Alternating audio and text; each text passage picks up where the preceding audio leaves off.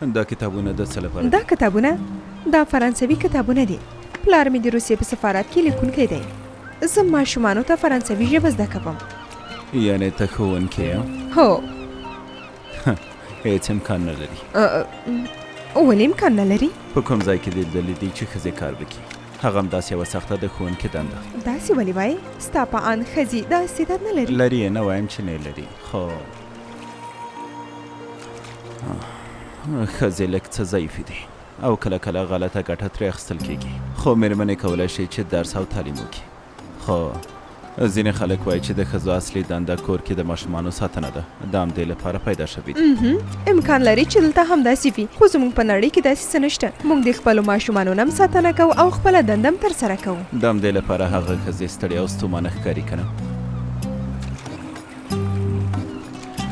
اندېښنه مه کوه، زما موخه ته نه وي. حسن همداسې نه ښکاري چې ته به د کور کارونه کوې.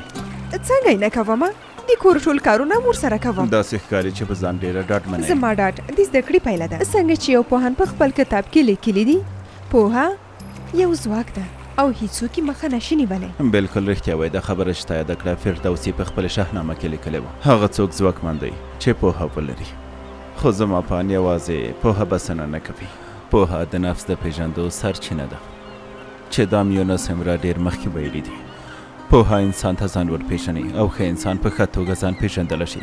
خو که ځان دې ونه پېژنده بیا زده کړه دې بې فایدې ده. ته څنګه کېږدی چلوونکی یې؟ دا خبرې دي له کومه ځای زده کړې دي؟ ما خو درته ویل چې پادشاه یم، خو تا باور ونه کړ.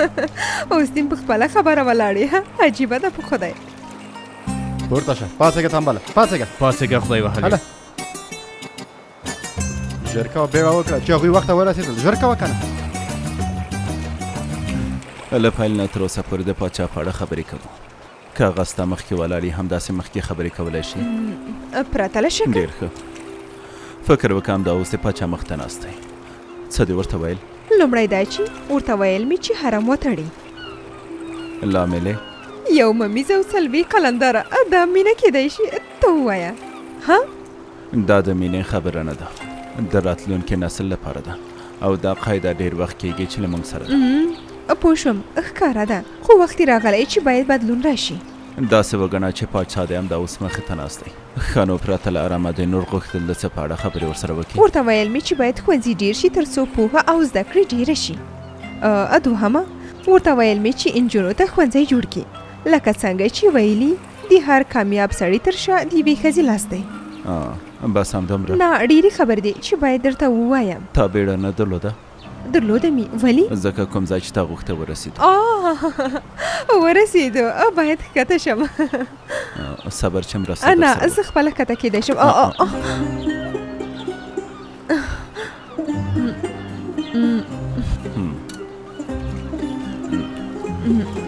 ژوندی اوسې کېږدی چلوونکیه.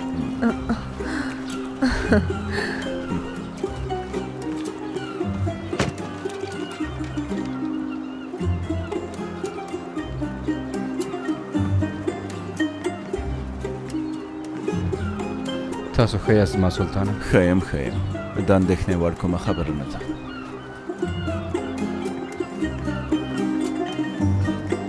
بس دی نو ښاغلیه، نور څومره په تمه پاتې شو؟ لږ نور هم په تماشه لاړ به شو.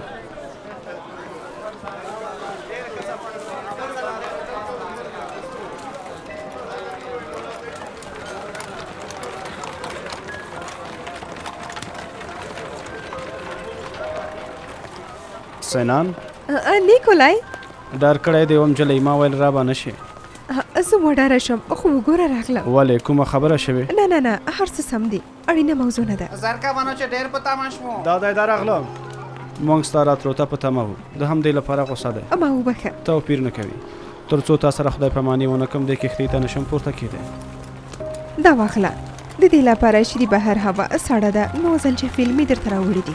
ډېره مننه کوم. نه پوهېږم چې ستا لرېوالی څنګه وزغمم. ښه نو نیکولای، په خیر ولاړ شي او په خیر بېرته راشي. دا یوه میاشت به د یوې شېبې په شان تېر شي، اندېښنه مه کوه.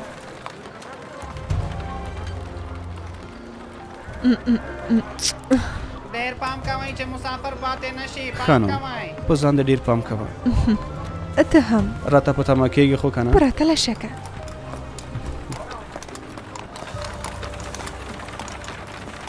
هیر دې نه شي بیا لیک راته راواستوې ښه سمه ده. ښه سفر درته غواړم.